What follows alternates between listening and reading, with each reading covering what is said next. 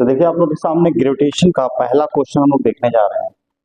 ऐसे तो new NCERT में लगता है कि 7.1 है। पहला क्वेश्चन है 7.1। 7.1 क्या क्वेश्चन कहता है? कह रहा है कि you can shield a charge from electrical forces by putting it inside a hollow conductor. Can you shield a body from the gravitational influence of a nearby matter by putting it inside a hollow sphere or by some other means? देखिए, shield का मतलब क्या होता है? ढाल होता है। जैसे मान लिया जाए कि चार्ज का जो शील्डिंग होता है क्या है, देखिए यहाँ पर अगर मान लीजिए इसके अंदर क्यू चार्ज हम रख दिए और इसको अगर इलेक्ट्रिक फील्ड यहाँ से अगर एक्सटर्नल प्रोवाइड किया जा रहा है तो यहाँ पर क्या होता है? देखिए पॉजिटिव जो होता है इसमें ये आपको मान लीजिए पॉजिटिव यहाँ आ जाएगा, देखिए अगर जो मेटल है, और माइनस यहाँ आ जाएगा क्योंकि पॉजिटिव चार्ज और फोर्स इलेक्ट्रिक फोर्स को इलेक्ट्रिक फील्ड की तरफ लेगा और निगेटिव चार्ज पर फोर्स जो होता है अपोजिट लगता है। अब देखिए यहाँ पर ये अलग तरह का ये एक्युमुलेट हो जाएगा पॉजिटिव चार्ज, इधर हो जाएगा निगेटिव चार्ज। यहाँ देखिए उल्टा डायरेक्शन में फील्ड पैदा कर देगा। तो यहाँ क्या होगा? ये जब तक इसको कैंसिल नहीं करेगा लगते रहेगा और इसके अंदर जो चार्ज होगा क्या होगा? फील्ड होगा, था उसके लिए ढाल बनेगी। लेकिन अब कह रहा है कि अगर इसी तरह का अगर हम कोई स्फीयर ले, इसके अंदर अगर m मास रखें तो क्या ये शील्ड हो पाएगा, अर्थात ये सेफ्टी में रह पाएगा? तो नहीं, क्योंकि अगर कोई भी मीडियम को इंटरवेन कर रहे हैं हम लोग तो वहां पर चूंकि ग्रेविटेशनल फोर्स या फील्ड वो डिपेंड नहीं करता है मीडियम पर, तो इसीलिए हम लोग इसको ऐसा नहीं कर पाएंगे, अर्थात ग्रेविटेशनल शील्डिंग संभव नहीं है। ये समझना होगा। तो यहाँ पर लिखेंगे कि no gravitational force does not depend on the medium intervening between them अर्थात तो क्या होगा? ऐसा हम लोग नहीं कर पाएंगे। ठीक है, ये था 7.1 का ए था ये। अब दूसरा क्या कह रहा है? ए के बाद एक क्वेश्चन बी है कि an astronaut inside a small spaceship orbiting around the earth cannot detect gravity. If the space gravitation orbiting around the earth has a large size, can he hope to detect gravity? देखिए actually होता क्या है कि small size है, यहाँ पर beam section की बात करेगा लोग, इसमें मान लीजिए अर्थ है और इसके तरफ सैटेलाइट चल रहा है, ये सैटेलाइट है। तो देखिए इसका जो साइज होता है बहुत कम होता है, तो जो एक्सलेशन होता है एस्ट्रोनॉट के लिए हो या स्पेसशिप के लिए हो सेम हुआ। जैसे आप छत पर से गिरते हैं, कोई सामान आप लेकर के गिर रहे हैं तो आपको वेटलेस फील होता है, खुद अपना बॉडी भी वेटलेस फील होता है क्योंकि जी दोनों पर सेम लगता है। तो यहाँ पर वही चीज है, एक्सलेशन तो दोनों के लिए सेम है, लेकिन अगर स्पेसशिप अगर बड़ा हो जाए तो अलग अलग पोजीशन के लिए अलग अलग जी फील होगा, तो वहां पर आपको ऐसा हो सकता है। तो यहाँ पर यस कहेंगे, क्योंकि अगर छोटा है तो अगर छोटा स्पेसशिप हम ले रहे हैं तो वेटलेस से फील करेगा, लेकिन अगर से बड़ा हो जाए, लार्ज साइज हो जाए तो क्या होगा? डिटेक्ट करेगा ग्रेविटी को, अर्थात वो ग्रेविटी फील करेगा। यस, कैन फील ग्रेविटी, ये आपका हो जाएगा कैन फील ग्रेविटी। तीसरा में क्या कह रहा है कि if you compare the gravitational force on the earth due to the sun to that due to the moon, अर्थात हम लोग को कंपेयर करना है ग्रेविटेशनल फोर्स अर्थ और सन के बीच में और अर्थ और मून के बीच में। तो करते ही हम लोग ऐसा कर सकते हैं हम लोग, you would find that the sun's pull is greater than the moon pull. देखिए एक्चुअली GM1 M2 है वो उसका जो प्रोडक्ट होगा वो बहुत काफी अधिक होगा with respect to mass of earth and mass of moon का प्रोडक्ट। ऐसा हम लोग देख रहे हैं, चेक करके आप कर सकते हैं। अब कह रहा है यहाँ पर कि you would find the sun's pull is greater than the moon's pull. ठीक है, you can check this your self, अपने से भी चेक करना है क्योंकि मास आप रखिएगा तो पता चल जाएगा। लेकिन आगे जो बात कर रहा है कि the data available in succeeding exercise, however the tidal effect of the moon's pull is greater than the tidal effect of sun। देखिए जो ग्रेविटेशनल फोर्स होता है वो अर्थ और सन के बीच में अधिक होता है with respect to the gravitational force between earth and moon. लेकिन टाइडल जो इफेक्ट होता है तो उसमें मून का ज्यादा प्रभाव होता है। क्यों?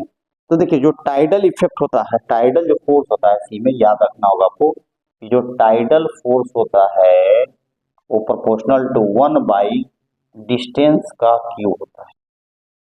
तो यहीं पर आपको समझना होगा कि देखिए यहाँ पर ये अर्थ है और ये आपका मून है और ये मान लीजिए सन है, ये सन है। तो आप देख सकते हैं यहाँ पर ये दूरी कम है, तो ये जब कम होगा, ये कम है उसका भी क्यों, ये कम होगा तो ये क्या होगा, लार्ज हो जाएगा। लेकिन सन का तो बहुत सेपरेशन है तो इसके कारण उसका इफेक्ट हम लोग को नहीं पता चलता है। तो जब भी अगर बात करेगा तो जो टाइटल इफेक्ट होता है उसके लिए कौन जिम्मेदार होता है, मून होता है। ये आपको ध्यान रखना है। तो ये था 7.1। हम समझते हैं आप समझ गए होंगे, क्योंकि समझना बहुत जरूरी है क्योंकि आप लिख पाएंगे आराम से। तो फिर हम लोग नेक्स्ट क्वेश्चन की ओर बढ़े। देखिए आपके सामने प्रश्न हम बताने जा रहे हैं 7.2 एनसीईआरटी का ग्रेविटेशन टॉपिक है। तो इसको देखते हैं हम लोग पढ़ करके क्या कहता है। कह रहा है देखिए यहाँ पर कि choose the correct alternative. A में है acceleration due to gravity increases decreases with increase altitude. अर्थात पूछ रहा है कि ऊंचाई के साथ क्या होता है एक्सेलरेशन ड्यू टू ग्रेविटी का। तो 7.2, तो G1 माइनस 2h/r आप देख सकते हैं घट रहा है इसमें, चूंकि देखिए G होता है और उसमें माइनस हो रहा है। अब देख सकते हैं यहाँ पर ये क्या होगा, डिक्रीज कर रहा है। तो पहला का हो जाएगा आपका ए डिक्रीज। चलिए ये हो गया। अब बी की बात करें हम लोग, acceleration due to gravity increases decreases with increasing depth. तो डेप्थ के लिए जी डाउन के लिए क्या होता है, G1 माइनस h/r। ये भी देखिए डिक्रीज कर रहा है तो ये आपका डिक्रीज हो गया। ठीक है, अगर ये दोनों में पूछे कि कौन ज्यादा घट रहा है तो जी अब ज्यादा घट रहा है। ये एक और प्रश्न आप लिख सकते हैं, जी अब से बड़ा होगा जी डाउन। देख रहे हैं यहाँ एक घट रहा है, वहां 2 घट गया, 2 टाइम्स घट रहा है। अब देखिए acceleration due to gravity is independent of mass of earth mass of body. तो आप बस फार्मूला लिख दीजिए, जी बराबर GM/r²। तो आप देख सकते हैं यहाँ पर इंडिपेंडेंट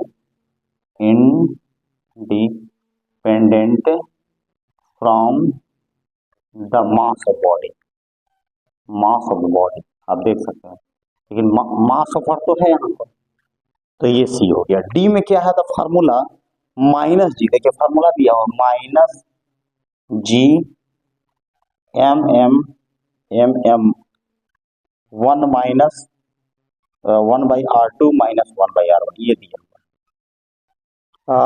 और दूसरा फार्मूला दिया हुआ है यहाँ पर mgr2 माइनस r1 ये दिया हुआ। देखिए यहाँ पर क्या कह रहा है इसको समझिए, ये अच्छा क्वेश्चन है कि द फार्मूला जो दिया हुआ है -GM ब्रैकेट में 1/r2 माइनस 1/r1, ये पोटेंशियल एनर्जी का फार्मूला है, आप डेराइव किए होंगे। Is more less accurate then the formula mgr2 minus r1 for the difference of potential energy between 2 points r2 and r1 distance away from the centre of. देखिए ध्यान देना है आपको, यहाँ पर जो दोनों टर्म आप देख रहे हैं, तो यहाँ पर देखिए ये स्मॉल जी है वो वैरी करता रहता है, तो एक्यूरेसी में आपको अंतर आ जाएगा।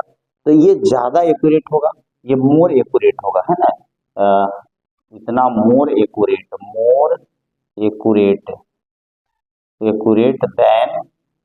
देन mgr2 माइनस r1, क्योंकि ये आपको इसमें सटीकता ज्यादा आएगी।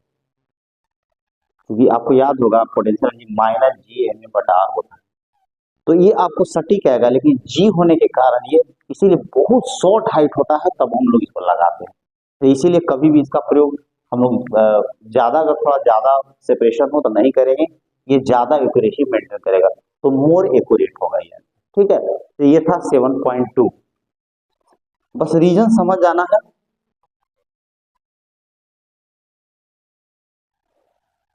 देखिए ग्रेविटेशन का है क्वेश्चन 7.4, कह रहा है कि I not one of the satellite of Jupiter. Jupiter का देखिए बहुत सारा सैटेलाइट है, आपको पता होगा, उसमें से एक आई नॉट उसका नाम दिया गया है, has an orbital period 1.69 days. 1 point, ये इसका टाइम पीरियड दिया हुआ है, ये आपका है 7.4, ये टाइम पीरियड दिया हुआ है आपका 1.769 डेज। तो आप इसको चाहे तो कन्वर्ट कर ले, टी 1.769 और इंटू डेज है, डेज है ना, डेज। तो डेज को आप बदल लीजिए, एक दिन हो गया, 24 घंटा हो गया, एक घंटा में 60 मिनट और फिर एक मिनट में 60 सेकंड, तो ये आ जाएगा सेकंड में आपको। चलिए एक हो गया। फिर कह रहा है यहाँ पर कि रेडियस उसका दिया हुआ है, आर हो गया आपका कितना, आर हो गया आपका 4.22 10 to the power 8, 4.22 10 to power 8 metre. तो अब यहाँ पर कहना है, कंपेयर करना, so that the mass of Jupiter is about 1000 that of the sun. देखिए दो तीन तरीका है इसका कंपेयर करने का। अगर डायरेक्ट, अगर आपको याद है, mass of sun 2 into 10 power 30 kg होता है, अगर आप याद रखिएगा तो बहुत आसानी से हो जाएगा, नहीं तो कुछ बड़ा करना पड़ेगा। अब देखिए यहाँ पर फॉर्मूला होता है T square 4 pi square by GM r cube होता है। एम निकालना है तो एम यहाँ कर दीजिए, M 4 pi square, 4 pi square G T square into r cube, इसका वैल्यू रखिए। तो आप ऐसा कर सकते हैं, अप्रोक्स 4 पाई स्क्वायर को डायरेक्ट 10 ले लीजिए, आर क्यू को कर दीजिए 4.22 10 पावर 8 का क्यू, जी हो गया आपको 6.67 10 टू द पावर -11, और टी हो गया आपको थोड़ा छोटा कर दीजिए 1.769, 86,400 है ना, तो 1.769 86,400 है ना, ये इसका हो गया आपका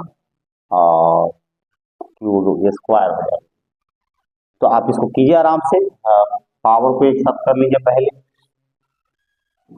तो 4 हो गया 4.22 4.22 4.22 और 8 के 24 हो गया, 24 और 25 इधर हो गया, ये वाला 10 लीजिए ना 25, और नीचे में आ गया 6.67 और इंटू इसको कर लीजिए 1.769 1.769 और 864, थोड़ा सा मल्टीप्लीकेशन तो है, और ये हो गया आपका 2 दूनी 4 हो गया, इधर 4 हो जाएगा प्लस में, और 4 घटी 7 4 11 10 पावर 7 माइनस।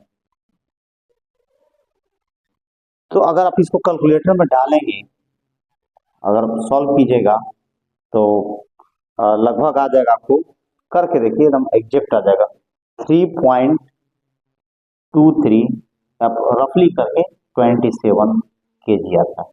अब देखिए यहाँ पर ये मास ऑफ जुपिटर हमको निकाला है, जुपिटर, ठीक है। अब मास ऑफ सन के साथ वो निकालना है एम जुपिटर एम सन, तो देखिए 3.23 10 पावर 27 और ये हो जाएगा आपका 2 इंटू 10 टू द पावर 30, तो देखिए लगभग 1 पॉइंट कुछ आएगा, तो खाली पावर का फॉर्म करना है, तो 1/1000 होगा 10 का 40, ये देखिए यही आंसर है। आप मिला लीजिएगा एकदम एग्जैक्ट आता है, गुना तो करना पड़ेगा थोड़ा, गुना तो क्योंकि रोटेशन में तो गुना है इसमें, देख सकते हैं। तो ये था प्रश्न आपके सामने, इस तरह बनाएंगे, बन जाएगा। देखिए ग्रेविटेशन का क्वेश्चन है, पांचवा क्वेश्चन देखिए यहाँ पर 7.5 है। Let us assume that our galaxy consists of 2.5 into 10 power 11 stars। देखिए एक गैलेक्सी में जो बहुत सारे स्टार्स होते हैं, तो इसमें कह रहा है कि एक गैलेक्सी है, उसमें 2.5 into 10 power 11 स्टार्स है। उस गैलेक्सी का पूरा मास आप निकाल सकते हैं, स्टार्स ईच ऑफ 1 सोलर मास। और इतना स्टार है, जैसे एक सन कैसे हुआ, उस तरह एक जस्ट सन ही मान लिया है, एक स्टार को एक सन मान लेना है आपको। तो आप 7.5 में क्या लिखा हुआ है, मास ऑफ सन को जानते हैं, 2 into 10 पावर 30 kg होता है, ठीक है ये। और ये टोटल मास कितना हो जाएगा, तो संख्या दिया हुआ है आपको 2.5 into 10 पावर 11, और इधर हो गया आपका 2 into 10 पावर 30 हो गया, तो कितना हो गया 5 हो जाएगा ना, 5 into 10 पावर 41 kg हो गया, ये हो गया, ठीक है। अब देखिए आगे मास हम लोग निकाल लिए। How long will a star at a distance of 50,000 light year from the galactic center take to complete one revolution. देखिए गैलेक्टिक सेंटर, कोई सेंटर है, तो उस गैलेक्टिक सेंटर का मतलब क्या होगा, गैलेक्सी जिसके अबाउट घूम रहा है।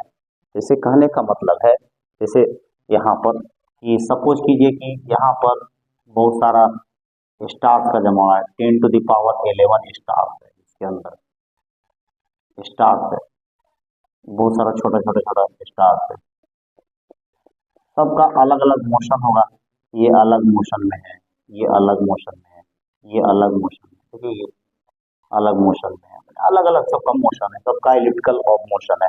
और ये जो पूरा सिस्टम है, जैसे हम लोग का कैसे सन है, तो बहुत सारा इसके अंदर घूम रहा है इस तरफ, और ये किसी और के तरफ चल रहा है, लेकिन इसका मोशन इंडिविजुअल होता रहता है। तो ये जो गैलेक्टिक सेंटर है, ये जिसके अबाउट घूम रहा है यहाँ पर, ये दिया हुआ है, ये गैलेक्टिक सेंटर है ना, क्या है गैलेक्टिक सेंटर, गैलेक्टिक सेंटर है ये, इस तरह की बात कर रहा है। जैसे कैसे सन के चारों प्लेनेट है, और फिर सन किसी को और चल रहा है, तो लेकिन जो प्लेनेट है वो अपना घूम रहा है उसके अंदर, और वो सिस्टम किसी और के घूम रहा है, इस तरह। तो आर दिया हुआ है आपका 50,000 लाइट ईयर, 50,000 लाइट ईयर। तो 1 लाइट ईयर में कितना होता है, 1 लाइट ईयर में याद रखना होगा, 1 लाइट ईयर होता है 9.46 into 10 पावर 15 मीटर होता है। तो 50,000 और ये हो गया 9.46 10 पावर 15, तो इसको कैलकुलेट कर लिया जाए, 5 into 9.46 और 10 का पावर कितना होगा, 1 2 3 4 19 हो जाएगा। और कीजिए 5.946 इसको अगर हम लोग कर ले तो कितना आएगा, 4.73 10 to पावर 20। देखिए करते चलिए ना एक एक चीज को। अब हम लोग को निकालना है यहाँ पर टाइम, निकालना है टाइम। तो टाइम के लिए क्या करना होगा, तो टी स्क्वायर, जानते हो T square 4 pi square by G M, और ये आर क्यू। अब देखिए यहाँ पर सारे का कैलकुलेशन करना है,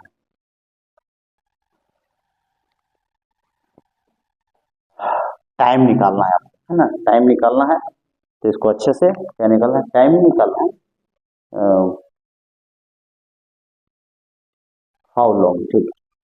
तो टी कैसे निकलेगा, देखिए टी इक्वल टू हो जाएगा आपको, देखिए बाहर निकालेंगे तो 2 pi root under R Q by जी।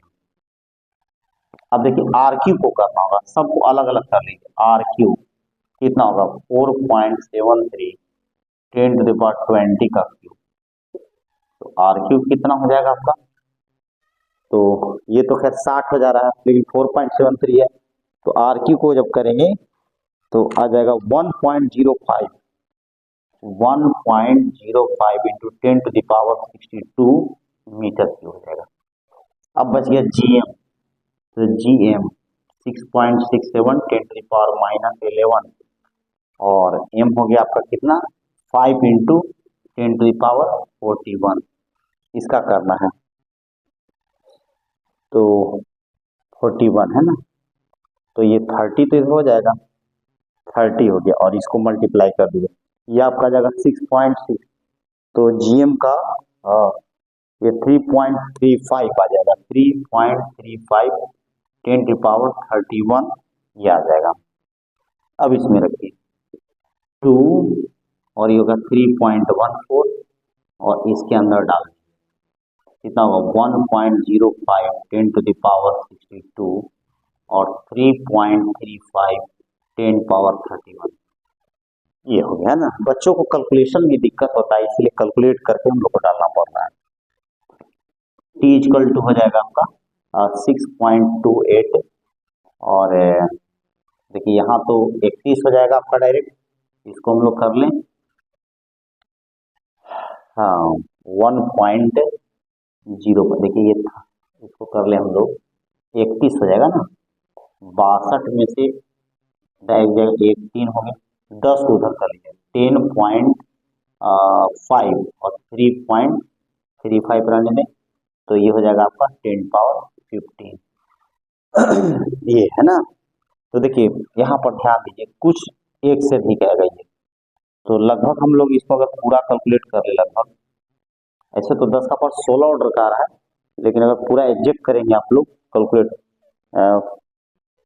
6.28 5.61 लगभग, तो ये हो जाएगा आपका 3.53 इंटू 10 पावर 1 बढ़ जाएगा, ये लगभग 35.3 आ रहा है, ये आपका सेकेंड हो गया, सेकेंड। अब आपको बदलना है, किसमें बदलना है, सॉरी 3.53 सेकेंड, 3.53 सेकेंड। अब इसको ईयर्स में बदलना है, ईयर्स में कैसे बदलेंगे, तो देखिए 3.53 इंटू 10 पावर 16, तो ये सेकेंड में, तो पहले इसको मिनट में बदल दीजिए, फिर घंटा में बदल दीजिए, फिर डे में बदल दीजिए, फिर ईयर में बदल दीजिए, तो लगभग जो है कि आ जाता है लगभग 3.4 इंटू 10 पावर 8 ईयर्स हो जाएगा,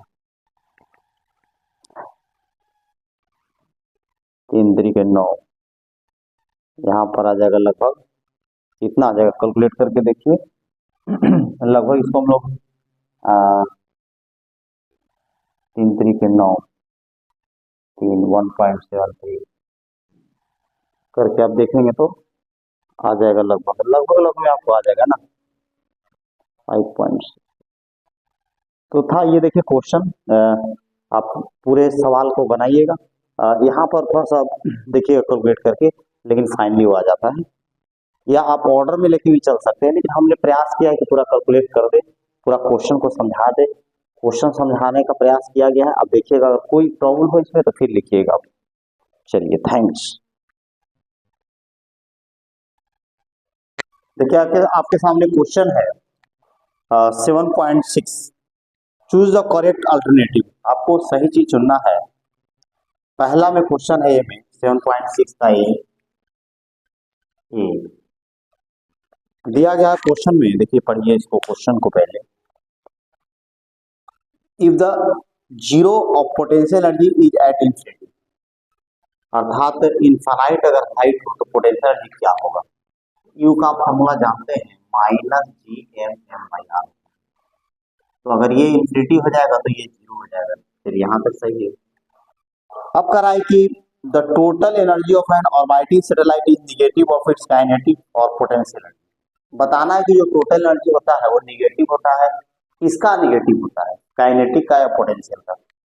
तो यहाँ पर ध्यान दीजिए, काइनेटिक एनर्जी अगर आप निकालें तो 12 m v0 स्क्वायर होगा, हाफ एम, वी नॉट का मान कितना होता है, ऑर्बिटल वेलोसिटी जी एम बटा आर होता है, जी एम बटा आर है ना, जी एम बटा आर। तो ये हो जाएगा आपका जी स्क्वायर वहां पर, तो ये होगा G M by two R हो गया। चलिए पोटेंशियल कितना होगा, तो minus G M by R होगा। अभी दोनों को जोड़ दिए, टोटल एनर्जी कितनी होती है, तो अब यहाँ पर हम लोग एक चीज लिख सकते हैं कि काइनेटिक एनर्जी बराबर क्या हो जाएगा, काइनेटिक एनर्जी बराबर हम लोग लिख सकते हैं यहाँ पर, काइनेटिक एनर्जी यहाँ पर अगर हम डालेंगे तो क्या होगा, टू टाइम्स क्योंकि जी एम एम बयान हो गया यहाँ पर, तो इस टर्म की जगह potential energy, potential energy by two हो जाएगा, निगेटिव में हो जाएगा। देखिए यहाँ पर ये जो टर्म है यहाँ पर हम रखिए क्या, पोटेंशियल एनर्जी, पोटेंशियल एनर्जी अर्थात पोटेंशियल एनर्जी क्या होता है, माइनस के साथ two times of kinetic energy. देख लीजिए यहाँ पर पोटेंशियल एनर्जी कितना हो जाएगा, minus of two times kinetic energy. अब टोटल एनर्जी की बात करें हम लोग तो कितना हो जाएगा, तो जोड़ दीजिए kinetic energy plus potential energy, E बराबर हो जाएगा आपका, देखिए पूरा वो फिर से रखिए G M M by two R और G M M by R, इसको सॉल्व किया जाए कितना हो जाएगा, minus G M M by two R. तो आप देख सकते हैं यहाँ पर कि क्या आ गया यहाँ पर, काइनेटिक एनर्जी, ये जो ये देखिए काइनेटिक एनर्जी का वैल्यू आया, देखिए पर ई इक्वल टू हो जाएगा माइनस क्या हो गया, काइनेटिक एनर्जी। देखिए यहाँ पर G M M by two R को हम लिख सकते करें, अर्थात जो टोटल एनर्जी है वो क्या आया, negative of kinetic energy if orbiting in any path. देखिए यहाँ पर ये देख सकते हैं, तो आप देख सकते हैं यहाँ पर अगर ऑर्बिटिंग करेगा तो देखिए क्या होगा, टोटल एनर्जी क्या होगा, निगेटिव ऑफ काइनेटिक एनर्जी होगा। अगर पोटेंशियल एनर्जी की बात करेंगे तो क्या होगा, minus of two times kinetic energy होता है ना। यहाँ पर देख सकते हैं, यहाँ से काइनेटिक एनर्जी यहाँ निकालें और ये जो टर्म है उसको क्या लिख सकते हैं, यहाँ पर पोटेंशियल जो टू है यहाँ पर इसको ले जाएगा तो इधर आ जाएगा। तो आप देख सकते हैं यहाँ पर अगर ऐसे भी आप चलेंगे दूसरा वे से भी, यहाँ से अगर दूसरा वे हम लेते हैं kinetic energy plus potential energy यहाँ भी जोड़ेंगे तो एक ही बात आएगा। देखिए इस तरह भी हम चल सकते थे, काइनेटिक एनर्जी और पोटेंशियल एनर्जी क्या होगा, टू टाइम्स काइनेटिक एनर्जी, तो टोटल एनर्जी कितना होगा, माइनस काइनेटिक एनर्जी, यहाँ भी निगेटिव आता है। तो दोनों तरीका से आप चल सकते हैं। दूसरा इसका क्वेश्चन है, दूसरा पॉइंट है इसका, the energy required to launch an orbiting satellite out of Earth's gravitational influence is more less than the energy required to project a stationary object at the same height। देखिए यहाँ कह रहा है कि अगर मान लिया जाए कि कोई ऑर्बिटिंग कर रहा है, इसका बी पार्ट है, देखिए बी पार्ट कि कोई एक ऑर्बिटिंग कर रहा है जबकि वहां उसी हाइट पर कोई ऑब्जेक्ट क्या है, रेस्ट में है, तो आपको बताना है कि किसके लिए कम एनर्जी लगेगा, मतलब किसमें कम एनर्जी लगेगा। तो आप सपोज कीजिए यहाँ पर 7.6 का बी जो है, देखिए यहाँ पर ध्यान से अगर मान लिया जाए कि एच हाइट की हम बात कर रहे हैं तो एक एक रेस्ट में है और एक जो है ऑर्बिटिंग कर रहा है, तो इसको तो ऑलरेडी वी नॉट मिला हुआ है, इसके पास ऑलरेडी तो काइनेटिक एनर्जी है, तो अब इसको इतना एक्स्ट्रा देना पड़ेगा ना, इसीलिए जो ऑर्बिटिंग कर रहा है उसको लेस चाहिए, क्या चाहिए, लेस एनर्जी। ये ध्यान देना क्योंकि वही पूछ रहा है हम लोग के पास, क्या पूछ रहा है, फिर से पढ़ा जाएगा एक बार क्वेश्चन को, कि the energy required to launch an orbiting satellite out of earth gravitational influence is more या लेस, किसके लिए पूछ रहा है, कि जो ऑर्बिटिंग कर रहा है सैटेलाइट उसकी बात कर रहा है, तो उसके लिए कम लगेगा। अब with respect to a body at rest, देख सकते हैं ये था आपका क्वेश्चन। देखिए आपके सामने क्वेश्चन है 7.7। Does the escape speed does the escape speed of a body from the earth depends on. Escape speed पहले देखिए कितना होता है, याद होगा आपको, वी एस्केप बराबर होता है 2gm/r।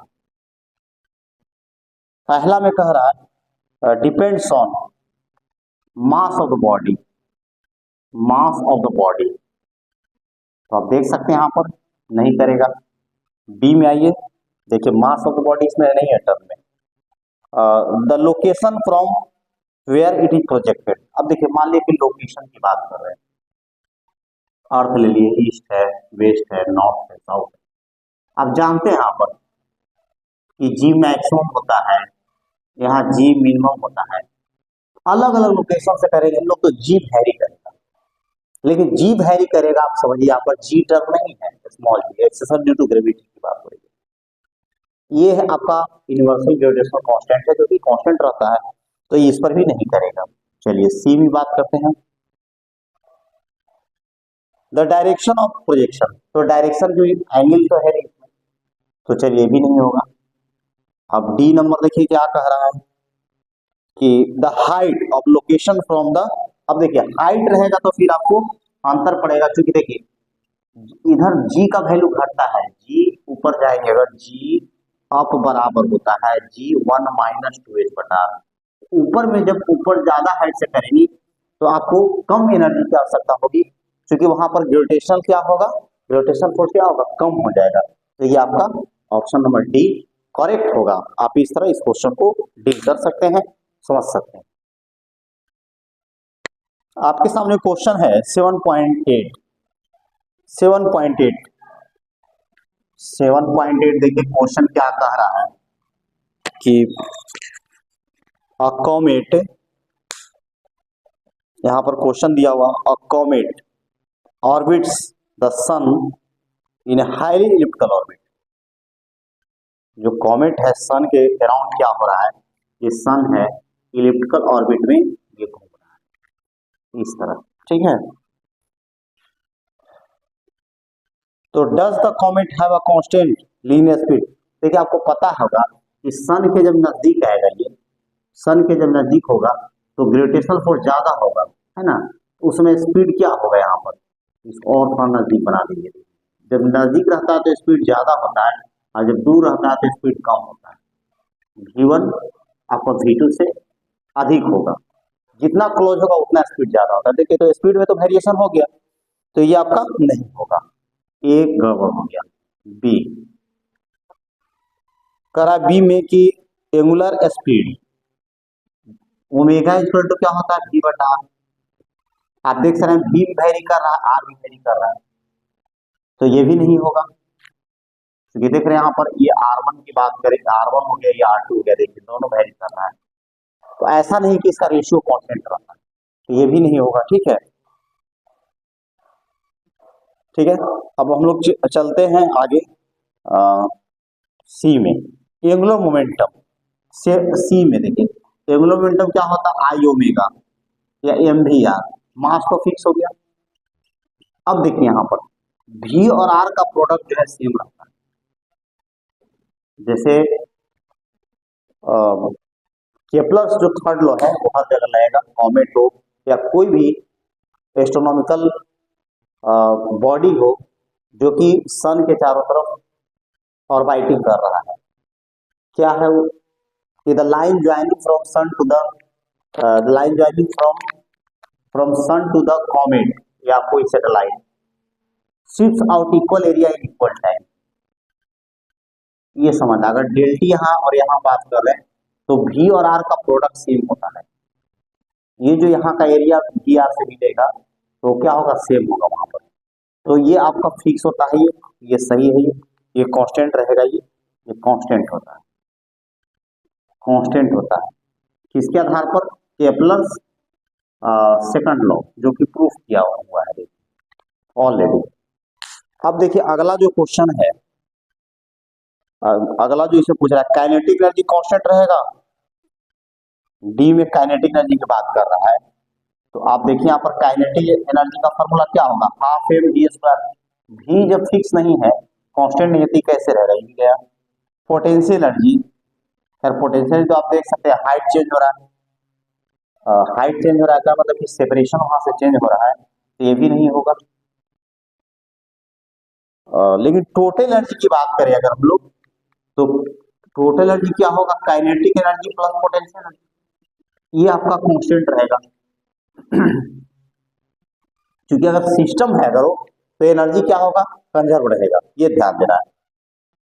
तो ये आपका सही होगा। देखिए इसमें एक चीज और बात आ सकते हैं सी में, आपको कांस्टेंट करने के लिए यहाँ पर, क्योंकि अगर इसको अगर सिस्टम आप मान लीजिएगा सी में, एक चीज आपको समझना होगा कि बाहर से कोई टॉप नहीं लग रहा है, इस पूरे सिस्टम को सन प्लस कॉमेट अगर हम लोग सिस्टम मान लें, सिस्टम, तो टॉर्क क्या है, जीरो है, और डीएल बाई डी टी होता है टॉर्क जीरो, एल क्या होगा, कांस्टेंट हो जाएगा। इसको आप प्रूव भी कर सकते हैं। तो इस तरह का क्वेश्चन है, देखिए यहाँ पर। तो सारा हम लोग कर लिए। देखिए आपके सामने क्वेश्चन है 7.9, which of the following symptoms is likely to afflict an astronaut in space। तो देखिए 7.9 में आप देखिए कह रहा है कि जब एस्ट्रोनॉट जब स्पेस में होता है तो क्या उसके साथ हो सकता है। पहला है स्वालिन फीट, ए में है अर्थात चेहरा फूल जाता है। आप समझिए अगर अर्थ पर अगर आप हैं तो आप पैर के सहारे खड़े होते हैं और एयर का प्रेशर लगता है नीचे की ओर, तो ब्लड नीचे, ब्लड का कलेक्शन कहिए कि यूनिफॉर्मली होता है और फीट की तरफ बैलेंस रहता है। लेकिन आप जब स्पेस में होंगे तो क्या होगा, स्पेस में तो पैर के सहारे नहीं है। तो जो यहाँ पर समझना होगा कि जैसे मान लिया जाए कि अब सिचुएशन है कि एरोप्लेन वगैरह जो चलाता है लोग, तो स्पीड बढ़ जाएगा बहुत ज्यादा, अगर हाइट पर है तो जी अगर कम लगेगा इफेक्ट, और आप तो पैर के एलोंग तो खड़े नहीं है वहां पर, तो क्या होगा यहाँ पर ब्लड का क्लॉटिंग ज्यादा होगा, ब्लड जो ऊपर की ओर ज्यादा आ जाएगा। इससे चलते क्या होता है, चेहरा फूल जाता है, स्वालिन हो जाता है। तो ये आपका सही है, आप इसको समझ सकते हैं, ये आपका स्वालिन फेस हो जाएगा ना। तो यहाँ पर बी में है दोनों एक साथ स्वालिन फिट, तो फिट जो तो नहीं होगा, आप देख सकते हैं यहाँ पर कि फिट के सहारे तो हम लोग थे तो बैलेंस थे, जो ब्लड का यूनिफॉर्मली डिस्ट्रीब्यूशन हो रहा था। लेकिन जब आप पैर के सहारे नहीं है तो ब्लड ज्यादा इधर आ जाएगा, क्योंकि जी का इफेक्ट होता है, वहां तो जी का इफेक्ट नहीं रहेगा, तो ये आपका गलत हो जाएगा। फीट पर तो कोई असर नहीं पड़ेगा, लेकिन ये फूल जाएगा। ऐसे भी आप देखे होंगे कि कोई भी फाइटर प्लेन वगैरह ज्यादा हाईली स्पीड और फाइटर प्लेन है, तो उसमें आपको देखिएगा उसका चेहरा फूला हुआ प्रतीत होता है, क्योंकि यहाँ पर जी का उस तरह का असर नहीं पड़ता, क्योंकि बहुत हाई स्पीड से लोग उड़ाते हैं। इसके कारण क्या होता है, और पैर के सहारे तो खड़ा नहीं रहते हैं, तो आपको जो है उसका क्या होता है, ब्लड जो है ऊपर की ज्यादा फ्लो कर जाता है, ऐसे चेहरा फूल जाएगा, ये ध्यान देना है। तो ये आपका फिट जो है, पैर तो नहीं फूलेगा लेकिन शरीर चेहरा उसका क्या होगा, फूल जाएगा। हेडेक, अब देखिए चेहरा जब फूल जाएगा तो सभी स्वाभाविक बात है कि उसका माथा दर्द होगा, तो ये भी सही है। और बी सी डी हो गया। अब क्या कह रहा है, ओरिएंटेशन प्रॉब्लम। जैसे देखिए अगर आप मान लिया जाए कि कोई चौराहा है, जब आप बाइक से जाते हैं या कार में बैठे रहते हैं, तो आप देखते हैं कि इधर मुड़ रहा है उधर मुड़ रहा है, ये ओरिएंटेशन आपका क्लियर रहता है यहाँ पर। लेकिन स्पेस में तो कोई ऐसा है नहीं, और ये जब चेहरा फूल जाएगा, हेडेक होगा, तो आपको क्या होगा, विचलन की स्थिति होगी, ओरिएंटेशन प्रॉब्लम होने लगेगा, तो वहाँ डायरेक्शन आपको नहीं मिल पाएगा वहाँ, तो ये प्रॉब्लम हो सकता है, ये भी सही। तो इस तरह बी सी डी, लेकिन पैर नहीं फूलेगा, उसका चेहरा फूल जाएगा, ये ध्यान रखना है। माथा में दर्द हो सकता है, डायरेक्शन वगैरह की प्रॉब्लम होगी, तो ये सब प्रॉब्लम हो सकता है, क्योंकि हम लोग का ब्रेन से ही सारा चीज होता है। ब्रेन में अगर ब्लड ज्यादा चला जाएगा तो सारा ये प्रॉब्लम हो सकता है। तो ये देख सकते हैं क्वेश्चन।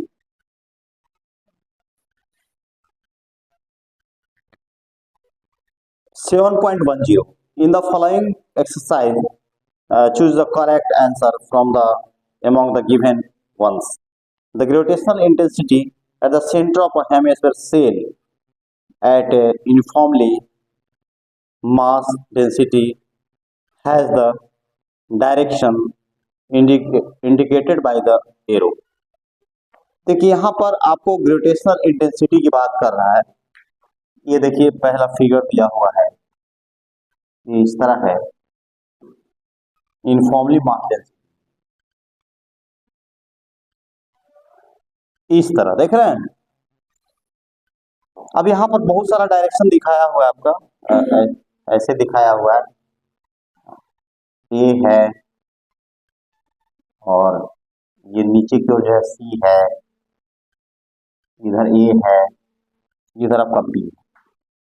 देखिए मान लिया अगर पूरा रहता है, ये सपोज कीजिए पूरा रहता है, ये पूरा हम ले लेते हैं, तो क्या होता है?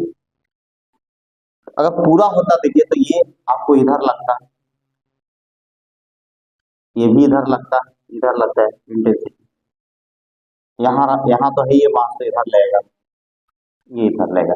लेकिन अब ध्यान देना है आपको, ऊपर का तो हटा देना है, तो ऊपर का जब हटा देंगे तो कौन सा रह जाएगा? ये इंटेंसिटी रह जाएगा और ये इंटेंसिटी रह जाएगा ग्रेविटेशन। मान ली इसका अगर हम लोग मान ले E1 मान लें और ये E2 मान लें, तो आप देख सकते हैं कि बहुत सारा इक्वलाइज जो कंपोनेंट है मैग्नीट्यूड में, अगर हम लोग ये बात करें ऐसा सिमेट्रिकली दोनों पॉइंट अगर हो, तो इसका देखिए यहाँ पर एक कंपोनेंट इधर होगा, इधर अगर थीटा ले ले, इधर भी थीटा ले ले, तो हॉरिजॉन्टल वाला कंपोनेंट को कट कर जाएगा, ई कॉस थीटा, और इधर इसका रिजल्टेंट कितना होगा 2e sin थीटा। तो आप देख सकते हैं डाउनवर्ड होगा, जो ऊपर में तो है नहीं, तो ये हमेशा क्या होगा, ग्रेविटेशनल इंटेंसिटी क्या होगा, डाउनवर्ड होगा।